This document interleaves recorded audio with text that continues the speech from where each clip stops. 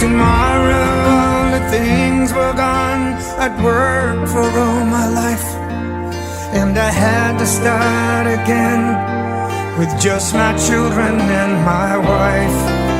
And thank my lucky stars to be living here today, 'cause the flag still stands for freedom, and they can't take that away. And I'm proud to be an American, where at least I know I'm free. And I won't forget the men who died, who gave that right to me. And I gladly stand up next to you and defend her still today. 'Cause there ain't no doubt I love this land. God bless the USA. Yeah.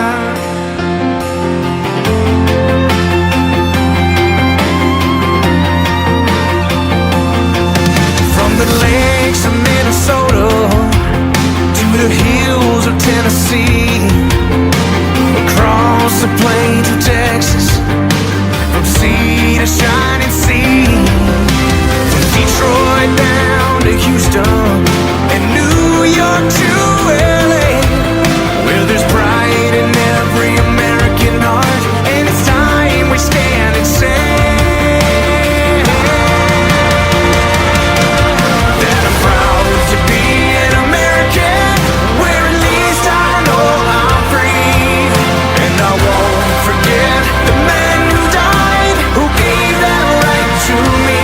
And I gladly stand up next to you and defend her still today. 'Cause there ain't no doubt I love this land. God bless the USA.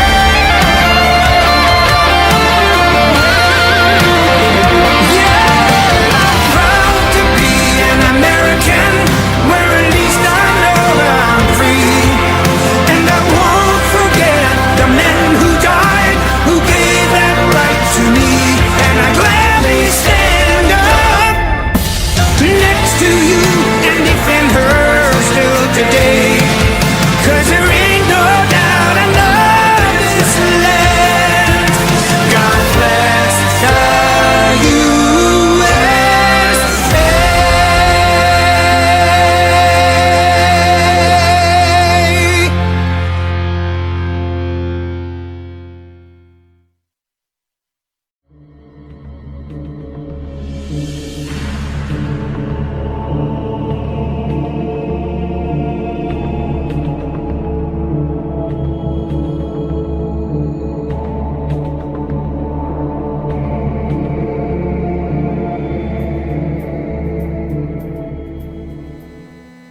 Hi, welcome to Season 2, Episode 3. This is going to be a special episode.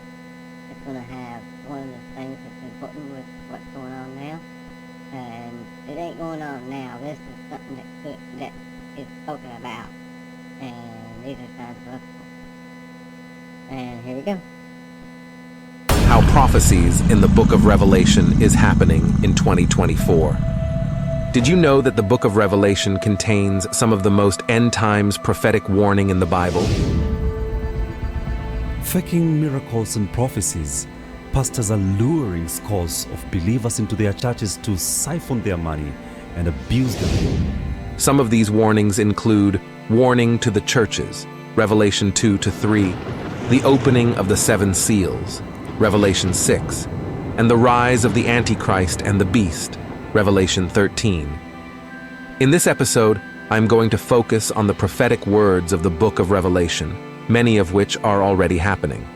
This book, often shrouded in mystery and intrigue, speaks profoundly to our current times.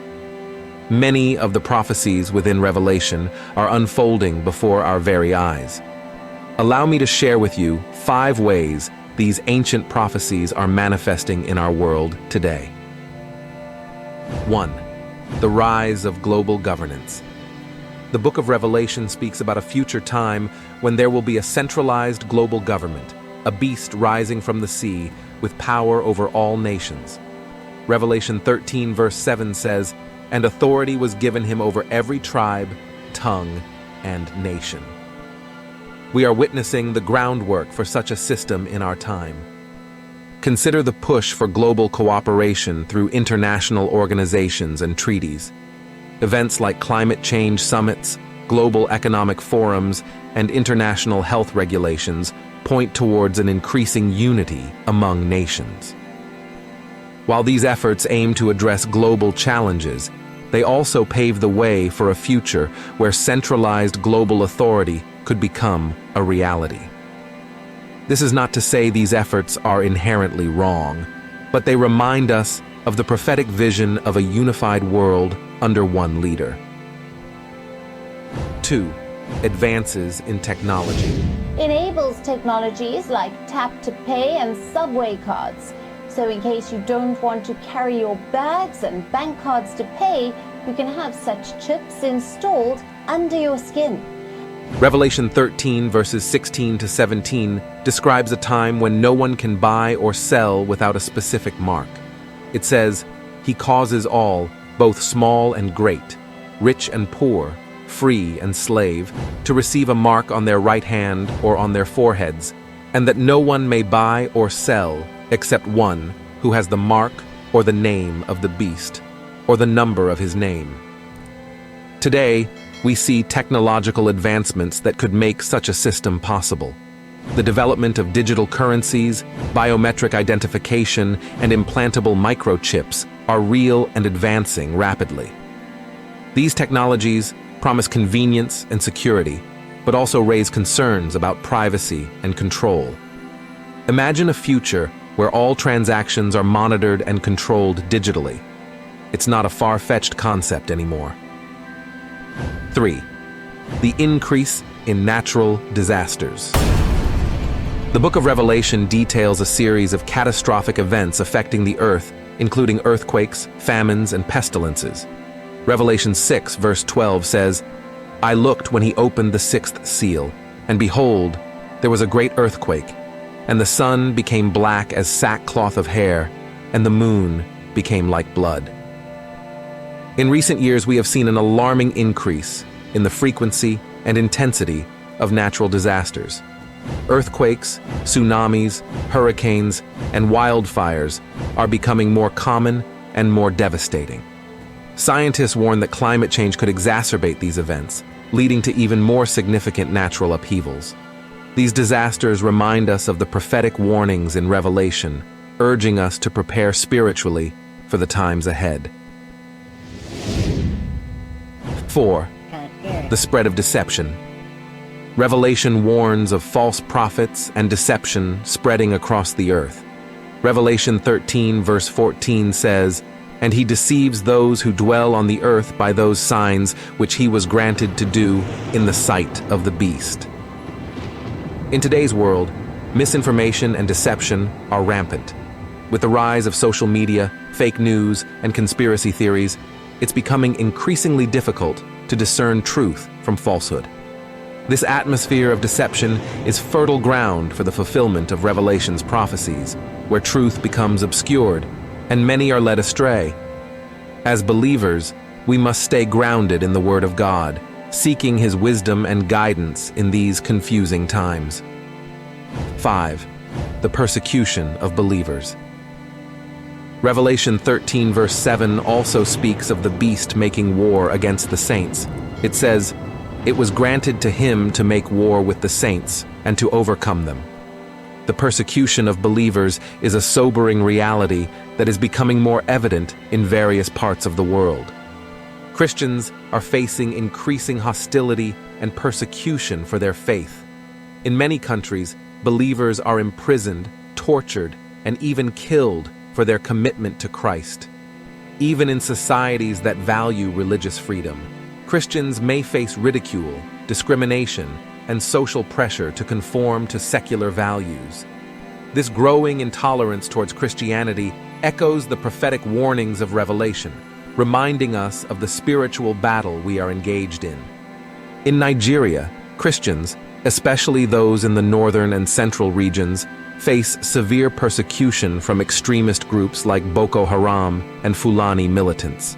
These groups frequently target Christian communities with violence, including attacks on churches, kidnappings, and killings. North Korea is another country where Christians face extreme persecution. The government, under its totalitarian regime, views Christianity as a threat to its control. Christians caught practicing their faith can be subject to arrest, torture, imprisonment in labor camps, and even execution. As we witness these prophecies unfolding, it's essential to remember that the book of Revelation is not just a message of doom and gloom. It's a call to perseverance, faith, and hope. Revelation 1 verse 3 says, "Blessed is he who reads and those who hear the words of this prophecy and keep those things which are written in it, for the time is near." Let us hold fast to our faith, knowing that God is sovereign and his plans will ultimately prevail. The fulfillment of these prophecies should not lead us to fear, but to a deeper trust in God's promises. He has told us these things in advance so that we might be prepared and find comfort in his word. Let us stay vigilant, stay faithful, and let the unfolding of these prophecies strengthen your resolve to live for Christ. The time is near, and our redemption draws closer with each passing day. Thank you for watching. Please do not forget to subscribe to this channel and like this video. Click on the bell notification icon to get more videos like this from me. Do your part in Christ's evangelical mission by sharing this video with everyone you desire his or her salvation. God bless you. Amen.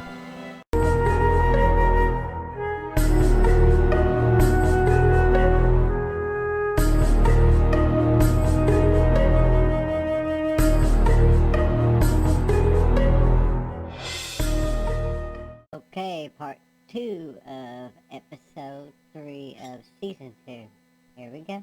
The bad things that Trump stands for. Hey guys, it's Angela, and in this video we're going to be talking about the blue bracelet trend that liberal women are using to identify each other. Please make sure that you are subscribed to my channel. On the one side of the story, I wish that this nonsense would end, but on the other side of the story, it's almost just so bizarre and funny that it provides some entertainment value. It's just so berserk. So Kamala Harris women have shaved their heads. They're making blue bracelets and they're going to be wearing masks so that they can easily identify each other. And I found this next post very interesting, similarly to a comment that I read from one of you amazing people who said, there's not that many of them. They just have really loud voices. And I agree with that, because if you look at this next tweet, you can see most of the country is red. But a small majority of them are coming out with their blue bracelets and feeling so overwhelmed by the election. But the odds are that they will never see another person wearing a blue bracelet, nor will they probably notice. Who is actually going out into public and looking at people's wrist to see if they are somebody that you can trust or not? Are you going to base your judgment of somebody off of the fact that they are wearing or not wearing a blue bracelet? That's the same thing as discrimination, judging somebody solely based off of the way that they look or the way that their hair is or the fact that maybe they have no hair. If somebody was to actually go out into public like this, they would be a complete lone wolf. But on social media, they're trying to make it seem like they're the majority and that they are fighting for their invisible and non-existent rights. But if you don't understand blue bracelets, don't take it from me. Take it from a lady who loves them, who's gonna wear them. And all of these women, by the way, are trying to sell them now. In all of these videos, they say, check out the link in the description. And they're also lying to people, telling them that these bracelets have all of these curing characteristics, which they definitely need, but I don't think you're gonna get it from a bracelet. More like a therapist or a church. Maybe this is controversial on TikTok right now, but I'm a white lady and I got a blue bracelet. Got it on TikTok Shop because I wanted to support a small woman-owned business, and I did that, and I linked it down below for you too. So I know some people are saying it's performative, but I feel a lot better knowing that I will not be mistaken for a Trump supporter. That is important to me. I live. Can you even imagine how horrible it would be to be mistaken for the millions and millions of people who voted for Donald Trump? Live in the DC area, and politics are really big here as they are across the nation, but I know around here they're really big. I will never be associated with the other white women that support racism and misogyny and all of the bad things that Trump stands for. I will not be mistaken for one of them. We don't claim them. We don't.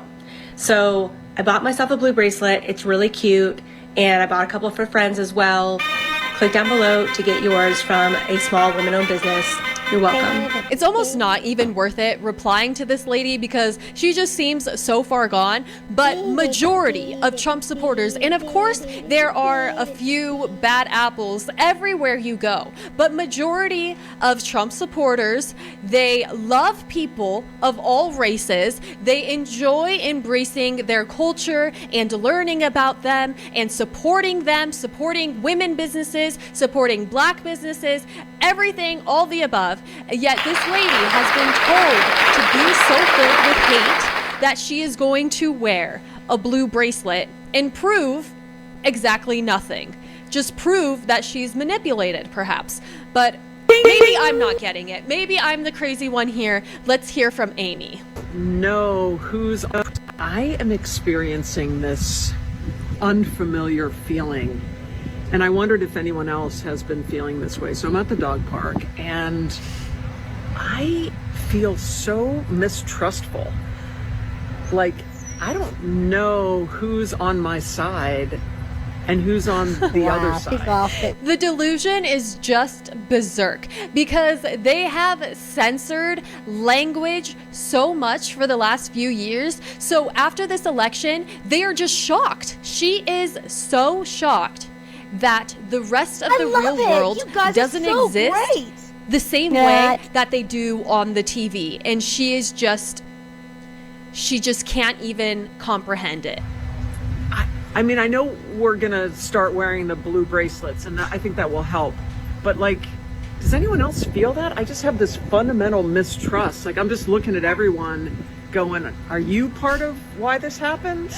Oh my gosh, like I saw a lady who was sharing her time at the supermarket, and when she was in line, she just wanted to yell, "Who are the Trump supporters? Who are you? How could you have done this?"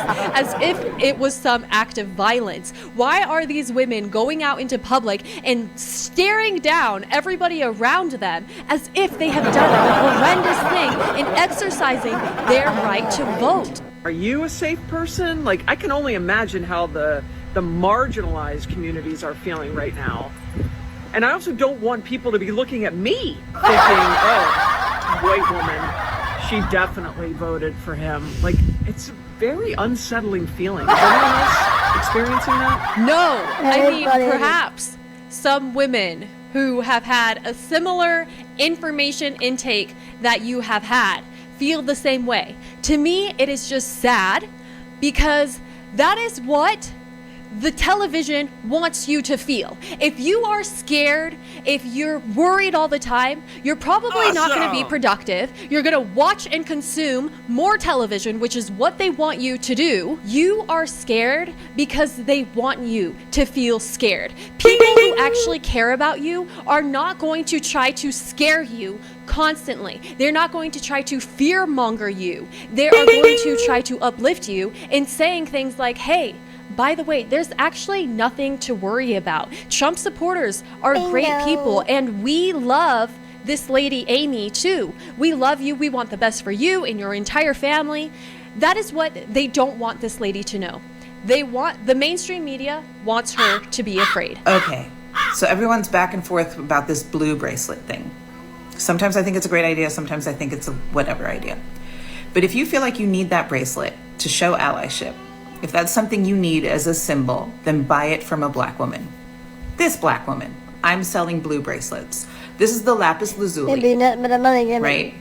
You're showing allyship, but you're also wearing a stone that's going to improve your immune system, increase your psychic ability, bring a sense of peace and calm, and ward off negative energy. I don't think any amount of blue bracelets is going to ward off the negative energy that these people feel towards Trump supporters. They say that it'll increase your immune system, increase your psychic capabilities. It is almost like they literally have a religion built around these bracelets at this point. If you know, you know. I know it. I like this particular one because it is made of lapis lazuli. I might be pronouncing that wrong, but that's the crystal. It is the crystal for power and protection, which I figure we could use a little bit of right now. Oh yes, you definitely need protection from the nothing that is after you. These people act like they're being chased by a tiger. And I like it because the beads or crystals are perfectly round and they kind of emulate pearls. Also, if you know, you know.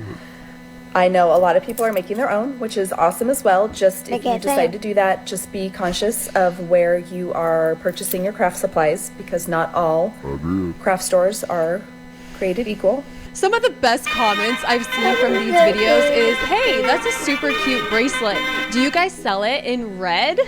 And that's the one that I find most relatable. Love your bracelet. First off, thank you so much. But it is lapis lazuli, and I'm probably absolutely butchering that, but it is a stone that is intended for like protection and spiritual growth and just overall positivity. Communication is a big one with this stone, and you know, it's blue. You know what else is usually blue? Face masks. So this is what a patriot tan line looks like, and this is what a liberal tan line looks like. What I find so ironic is that they're trying to wear a power bracelet when they are scared in their minds. You have to first change the mentality before anything else changes. It's the same type of people who are so deep into consumerism that they buy everything thinking that it's going to solve all of their life problems, but it never does, because everything starts here and it's your perspective. So slapping a bracelet on is really not going to make the problem any better, because the problem exists in their head. You know, I honestly debated on saying this, but I really feel like someone needs to speak up. Do you know how fucking embarrassing it is to women overseas that actually don't have fucking rights? Do you know how embarrassing it is to people who can't grow hair, who have cancer? Do you realize how fucking stupid you look shaving your head because you're throwing... No, of course not. This is a power movement. You just don't understand. We're trying to tell other people that we're on their side so that other people don't feel victimized by our presence, right? That's our whole argument, and it is, like this guy is saying, absolutely ridiculous. And at the end of the day, it's fine. You can wear a blue bracelet just like people can wear their MAGA hat. But even if somebody was to see a video like this, an incredible video from @FXNTI, and hear him say, hey, you guys look really ridiculous, they're going to come up with all these excuses and made up reasons that they don't ever see the reality of how it's being perceived by the general public.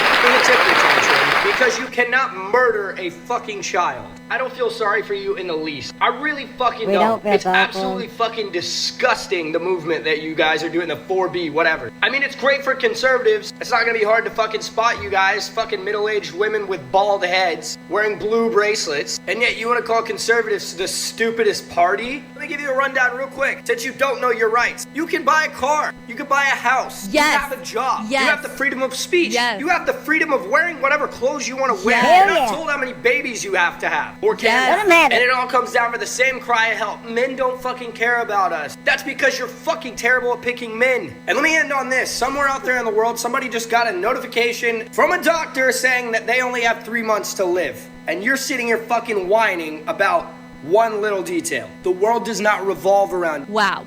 That was beautifully said, and we need more appreciation for this country and the freedoms that we have. We need less complaining and more gratitude. Please make sure that you are subscribed to my channel. Alright, that's the end of this episode. Now it's time to make the video.